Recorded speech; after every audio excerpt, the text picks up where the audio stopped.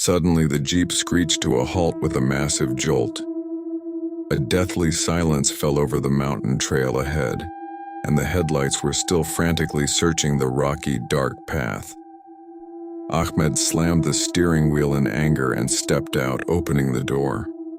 Sajid, who was lying in the back seat scrolling on his phone, sat up with the shock and peered out the window. "Bro Ahmed, what happened?" "No idea, the engine just died. Let me check." Ahmed and Sajid were both guides for an adventure tour company in Karachi. Nighttime trekking in the mountains was both their passion and job. Tonight, they were passing through an old, desolate mountain trail connecting Kedah to Zab in Balochistan. It was around 2:30 a.m. Jagged rocks all around, a narrow dirt path in the middle. No light except the headlights. Ahmed was driving, Sajid sitting in the back recording a video. "What kind of route did you pick, man? It's totally creepy." "It's a shortcut, bro. We'll save 2 hours. Don't freak out, it's mountains, not jinn." But little did Ahmed know that these mountains held more than just rocks buried within. Suddenly, a strange rattling sound came from the jeep and the engine went dead. The jeep stood right in the middle of the trail. "What the hell? I just got it fully serviced." Ahmed started opening the hood. Sajid got out too, but his eyes locked onto something under a rock to the left. There, a woman wrapped in a white shawl was hunched over, sitting, hair loose, face covered, completely still like stone. Ahmed, look over there." "What now?" "There. Someone's sitting. A woman. In a white shawl, but she's not moving." Ahmed looked and laughed at first, but when he went closer, sweat broke out. She was utterly motionless. "Maybe it's a statue. But we have to start the jeep. We'll be stuck here all night otherwise." Sajid, terrified, jumped back into the jeep and locked the doors. Ahmed bent under the jeep, turned on the torch, and started checking the wires. Sajid was staring from the back.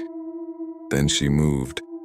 The white shawl shadow suddenly jerked upright as if some invisible force was pulling her up. Her neck tilted to one side, completely broken-like.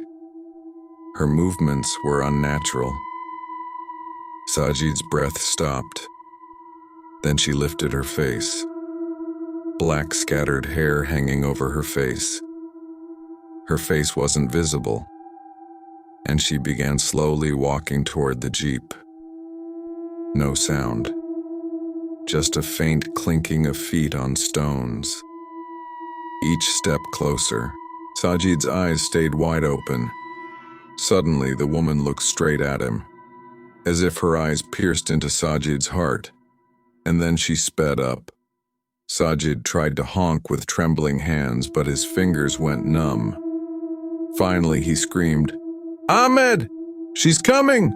White shawl! Run!" The scream echoed in Ahmed's ears. He threw the wrench and turned to look. In front of the jeep, 2 white feet, floating inches above the ground in the air.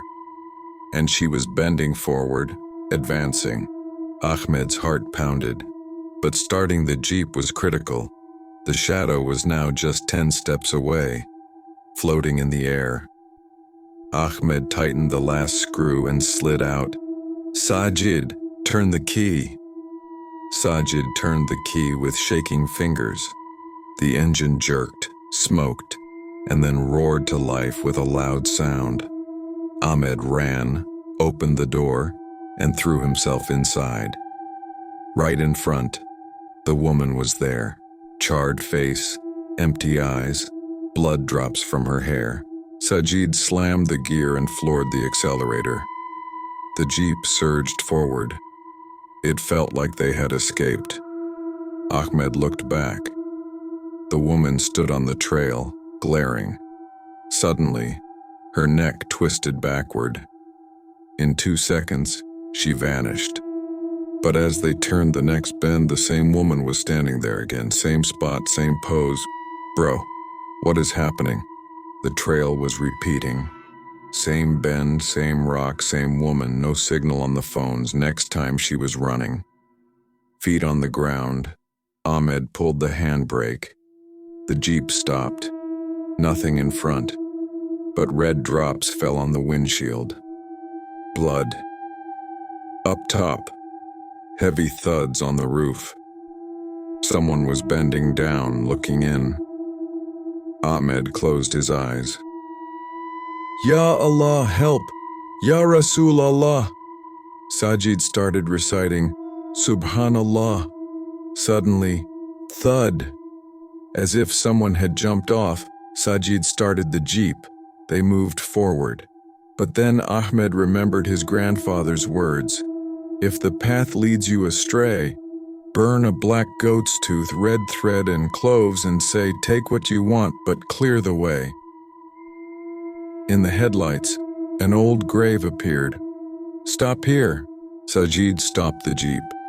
Ahmed pulled out red thread and cloves from his pocket, picked up a tooth-like stone, lit it and said, take whatever you want, but open the path. The wind stopped, scratching sounds from behind.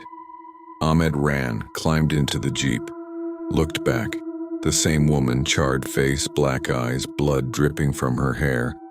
Save us, man. Ahmed took the wheel himself. On the third try, the engine started. Allahu Akbar. The Jeep shot out from the grave. Behind a line of fire was burning.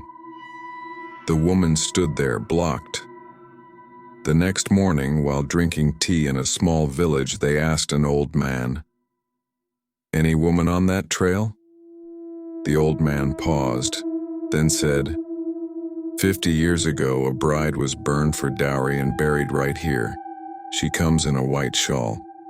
Whoever doesn't greet her, she doesn't let them leave the path. Ahmed and Sajid fell silent. Their eyes were still burning with that night's fire.